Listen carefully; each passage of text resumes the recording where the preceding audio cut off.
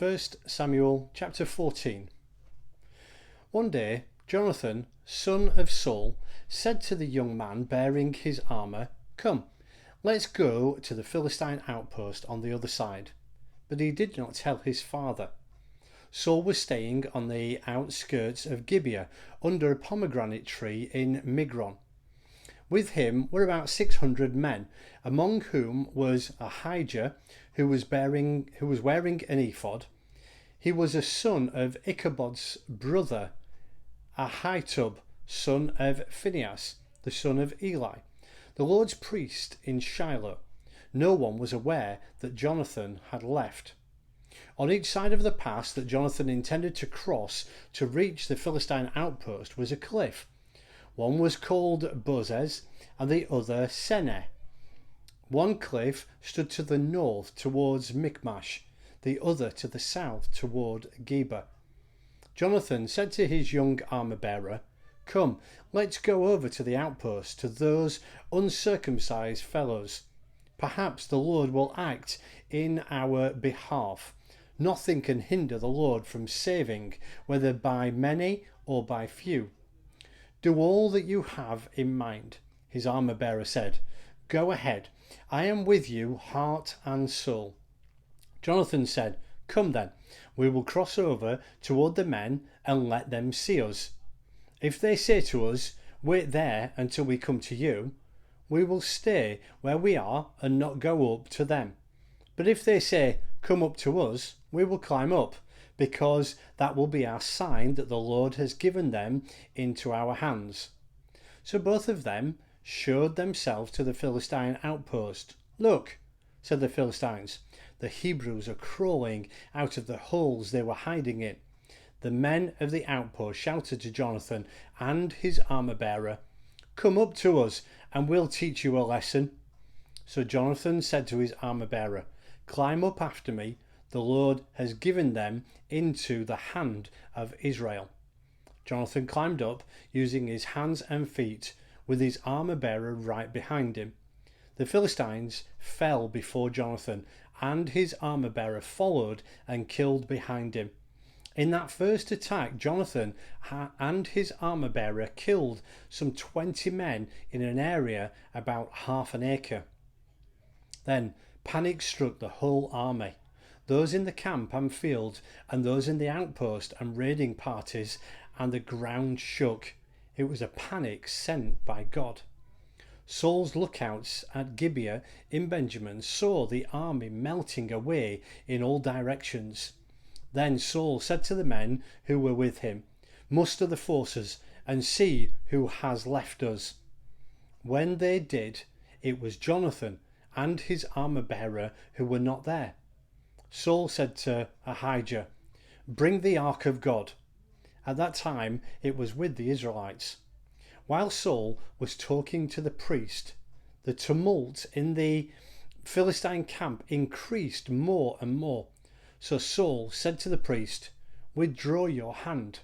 Then Saul and all his men assembled and went to the battle. They found the Philistines in total confusion, striking each other with their swords. Those Hebrews who had previously been with the Philistines had gone up with them to their camp, went over to the Israelites who were with Saul and Jonathan. When all the Israelites who had hidden in the hill country of Ephraim heard that the Philistines were on the run, they joined the battle in hot pursuit.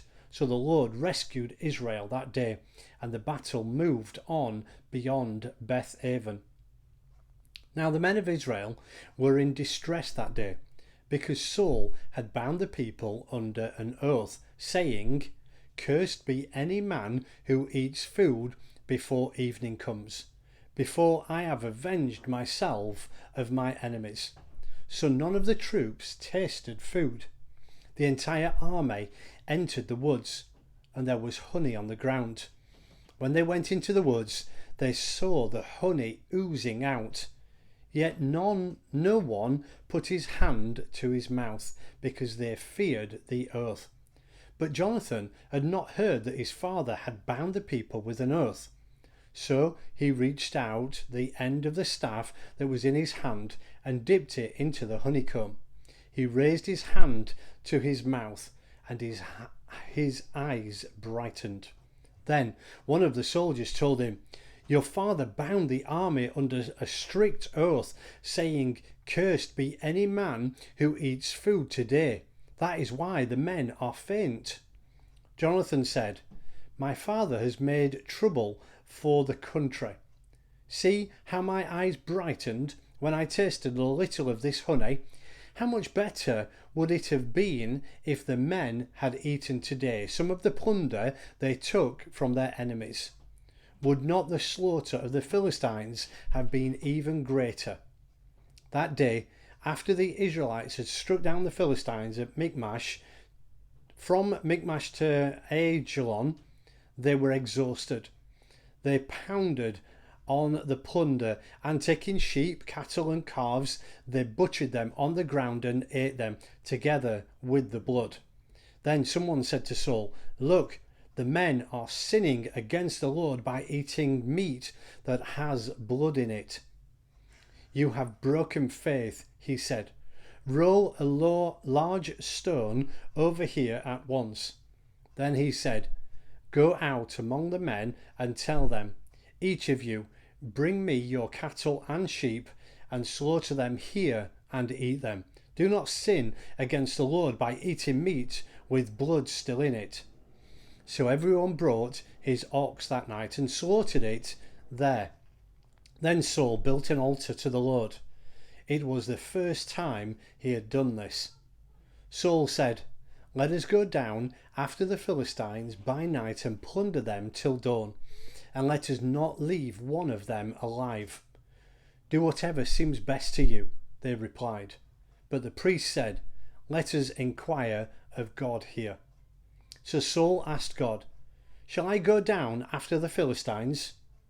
Will you give them into Israel's hand?" But God did not answer him that day. Saul therefore said, "Come here, all you who are leaders of the army, and let us find out what sin has been committed today. As surely as the Lord who rescued Israel lives, even if it lies with my son Jonathan, he must die." But not one of the men said a word. Saul then said to all the Israelites, "You stand over there. I and Jonathan, my son, will stand over here." "Do what seems best to you," the men replied. Then Saul prayed to the Lord, the God of Israel, "Give me the right answer." And Jonathan and Saul were taken by lot, and the men were cleared. Saul said, "Cast the lot between me and Jonathan my son." And Jonathan was taken. Then Saul said to Jonathan, "Tell me what you have done." So Jonathan told him, "I merely tasted the little honey with the end of my staff, and now I must die." Saul said, "May God deal with me, be it ever so severely, if you do not die, Jonathan." But the men said to Saul, "Should Jonathan die, he who has brought about this great deliverance in Israel? Never. As surely as the Lord lives, not a hair on his head will fall to the ground, for he did this today with God's help." So the men rescued Jonathan, and he was not put to death. Then Saul stopped pursuing the Philistines, and they withdrew to their own land. After Saul had assumed rule over Israel, he fought against their enemies on every side: Moab, the Ammonites, Edom, the kings of Zobah, and the Philistines. Whenever he turned, he inflicted punishment on them. He fought valiantly and defeated the Amalekites, delivering Israel from the hand of those who had plundered them. Saul's sons were Jonathan, Ishvi, and Malchishua.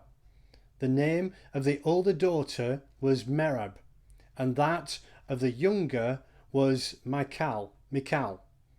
His wife's name was Ahinoam, daughter of Ahimaaz.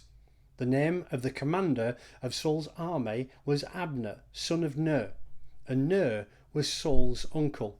Saul's father Kish and Abner's father Ner were sons of Abiel.